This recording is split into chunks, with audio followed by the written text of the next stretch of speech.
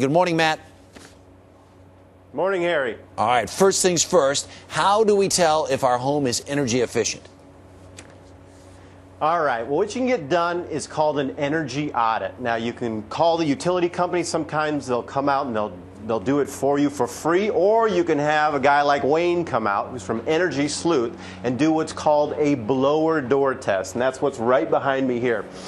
You close all the windows, all the doors in your house, and this fan will just suck the air out of your house. And you can tell by how much air pressure is coming through whether your house is leaking or not. There's a couple different ways how you could tell.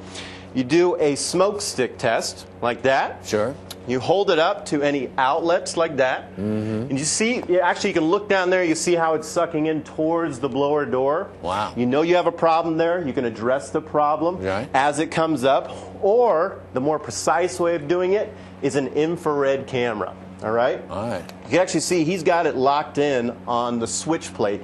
You see that blue that's coming from the switch plate? That's not good. That is cold air coming in. No, that's terrible. That's not good for anything. I mean, look up the wall. You can look up the casing. See the casing on the door? That's cold air coming in. And then check this out.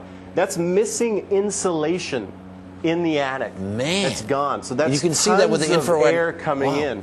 Oh, I thought it was a poltergeist. So it could be, but let's not. We shouldn't probably go that far.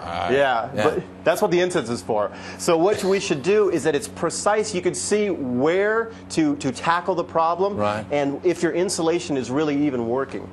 All right, before we get to some of the solutions, as we're thinking about summer and setting AC temps, what do you suggest we set our air conditioning thermostat at?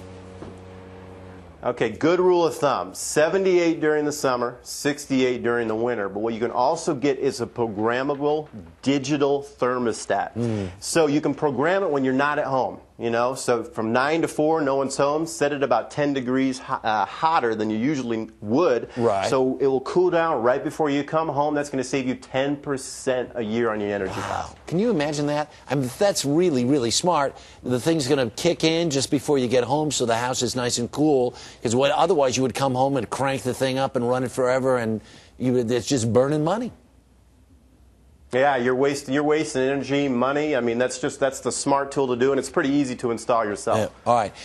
Let's get back to working on these leaky windows and doors. Do you need to rip everything out? Now, see, you can. If you have old windows, sure. Rip them out, put in some really energy-efficient windows, and really with the money you're going to save in energy and the rebates, they'll probably pay for themselves. But even if you have the most expensive windows, they can still be leaking, right?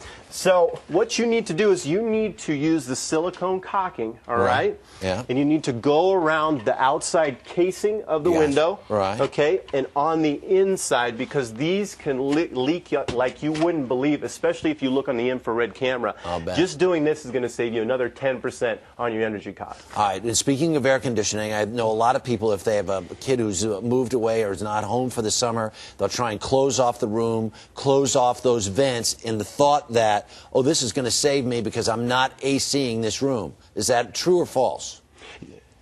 That's a big no-no, all right? So people will close a vent in one room thinking they're going to cool another. What that does is that it actually restricts the airflow going back into the unit, puts stress on that fan. Your unit is designed to run in a balance. The air that's coming out should equal the exact air that's going in, and that's what's going to keep it really energy efficient. And not only that, Harry, you're actually putting stress on the ductwork behind the vent, and that can cause leaks in the system as well. There you go. All right, now what about insulation? How much do we need? Insulation. A lot of old homes, some don't have insulation, and if they do, it's really thin, like this stuff, R11. Or even people think, hey, I'm just going to go to R19. That's pretty thick. That will do it. Nowadays, what you need is this stuff. R38 in your attic. The big blanket.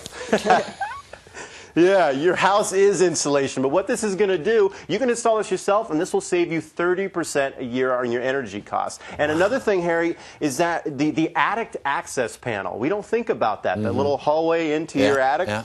you can be losing tons of cool air through that. And this is a miniature version of an attic tent. This goes right over that hole, that access panel. Right. This restricts the airflow going out of your home into your attic. This will pay for itself in the first year that you install it. Matt, you are a rock star. Thanks very much. That's all really good advice. We sure appreciate it. Take care, pal. Very good. Thanks, Harry. You too. A lot happens early on The Early Show, weekday mornings on CBS.